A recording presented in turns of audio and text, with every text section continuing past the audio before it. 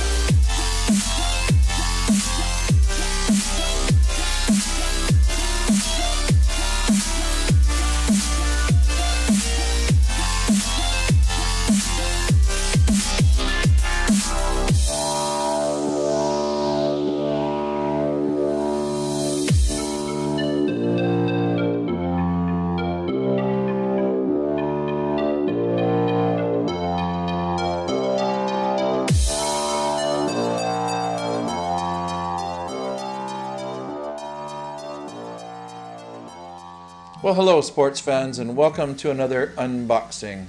This time we're going to take a look at Parkzone's new Rare Bear. It's a replica of a plane that's been made pretty famous by its exploits at the Reno air races. I was going to blather on a little bit about the history of this pretty impressive aircraft, but instead I'll put some links to the appropriate Google and Wikipedia pages, so if you're so inclined you can take a look for yourself. Before I go any further, I have to give a quick shout out to Cam over at Go Go Hobbies in Coquitlam for hooking me up with this plane as quickly as he did. It's one of the first ones in the neighborhood, and I couldn't wait to get my hands on it. So in terms of size, this Rare Bear is a little bit smaller than a Parkzone Trojan T28, but it's going to be well over twice as fast thanks to a 15 size 1200 kV motor running on a 3300 4S 50C Lipo with a 70 amp speed control. Up front, of course, is an aggressive 8x8 prop that should dig into the air pretty good, and this combo is supposed to push the plane to right around 100 miles an hour right out of the box. You're going to notice that this plane has no landing gear and it's designed as a belly lander. And to me, personally, I think that's a good thing. I think these small foamy warbirds always look and fly better without the drag of the landing gear.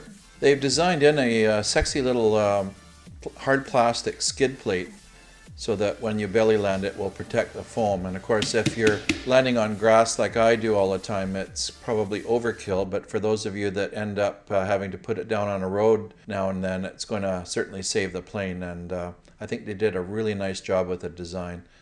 Also on the bottom of the plane is a great set of hand grips for hand launching, and either whether your friend throws it for you or you throw it yourself, you're going to appreciate the fact you can get a good grip on it when you give it a chuck.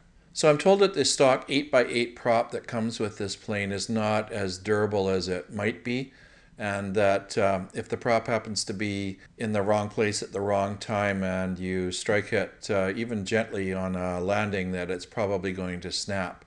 Do yourself a favor, and when you order your plane, order a couple of spare props with it. I've got a couple spare on order, and I'm also going to order a couple of APC 8x8s just to see if there's any difference, and I'll throw them on the watt meter too, just for the heck of it. One thing that kind of takes you aback when you look at this plane as you put it together is just how small the control surfaces are, and it gets a little even more bizarre when you go into the manual to look at the recommended throws, which are really small.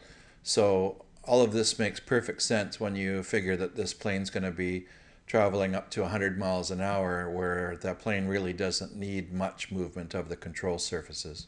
Speaking about assembling the plane, I didn't bother doing an assembly video because it would have been insulting to you, because it goes together in about 5 minutes, and it's probably the easiest plane that you'll ever put together coming out of a box. So leave yourself about 10 minutes and you'll have about 5 minutes left over to admire your work. You'll notice that I picked up the plug and play version. That's because I didn't want to fight with the AS3X receiver that comes in the bind and fly version. And having said that, I'm sure that there would be some newer pilots that could take advantage of the help that it can provide. So this Parkzone Rare Bear is designed by Seth Arnold, who's an awesome pilot, and I have no doubt that he wouldn't have let it off the test bench until it was as good as it's going to get. And something tells me that 150 miles an hour and a nice little 6S setup shouldn't be any problem at all, and I have a hunch that a few of us are going to be trying to find out.